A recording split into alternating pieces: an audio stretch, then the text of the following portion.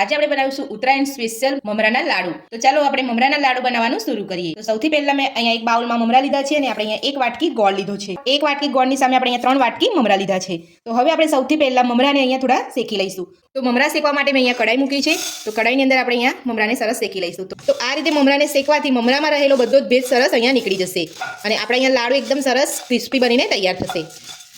તો આ રીતે આપણે અહીંયા 1 મિનિટ જેટલું જ આપણે અહીંયા મમરાને શેકી લેવાના છે। તો જ્યારે પણ તમે આ રીતે મમરા અહીંયા શેકો ત્યારે તમારે અહીંયા કડાઈને સૌથી પહેલા બરાબર ગરમ કરી લેવાની છે।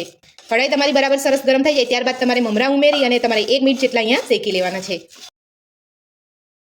તો 1 મિનિટ જેટલા આપણે અહીંયા મમરાને શેકી લીધા છે। તો હવે આપણે એક બાઉલમાં કાઢી લઈશું।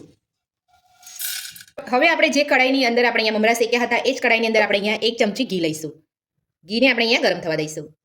આ રીતે ઘી ઉમેરવાથી તમારા મમરા એકદમ શાઇનિંગ વાળા બનશે અને ખાવામાં પણ એકદમ સરસ સોફ્ટ લાગશે। તો ઘી આપણું અહીંયા ગરમ થઈ ગયું છે। તો હવે આપણે એમાં ગોળ એડ કરી દઈશું। તો આ રીતે તમારે ગોળને અહીંયા સમારીને લેવાનો છે। જો તમારે અહીંયા થોડો મોટો ગોળ હશે તો તમારે અહીંયા ઓગળતા વાર લાગશે, એટલે આપણે અહીંયા ગોળને આ રીતે અહીંયા સમારીને લેવાનો છે। તો હવે આપણે અહીંયા ઘી સાથે ગોળને મિક્સ કરી લઈશું। તમે જોઈ શકો છો આપણે અહીંયા સમારીને ગોળ લીધો તો એટલે અહીંયા એકદમ સરસ રીતે અહીંયા ફટાફટ ગોળ ઓગળવા લાગ્યો છે।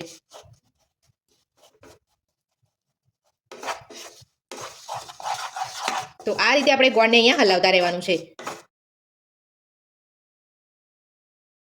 તો તમે જોઈ શકો છો ફક્ત અડધી જ મિનિટની અંદર અહીંયા આપણો ગોળ સરસ રીતે ઓગળી જવા આવ્યો છે। તો આ રીતે આપણે અહીંયા ધીમા તાપે જ અહીંયા ગોળનો પાયો કરવાનો છે। આપણે અહીંયા ફૂલ ગેસ નથી રાખવાનો। ફૂલ ગેસ રાખશો તો તમારો ગોળ જે છે એ લાલ થઈ જશે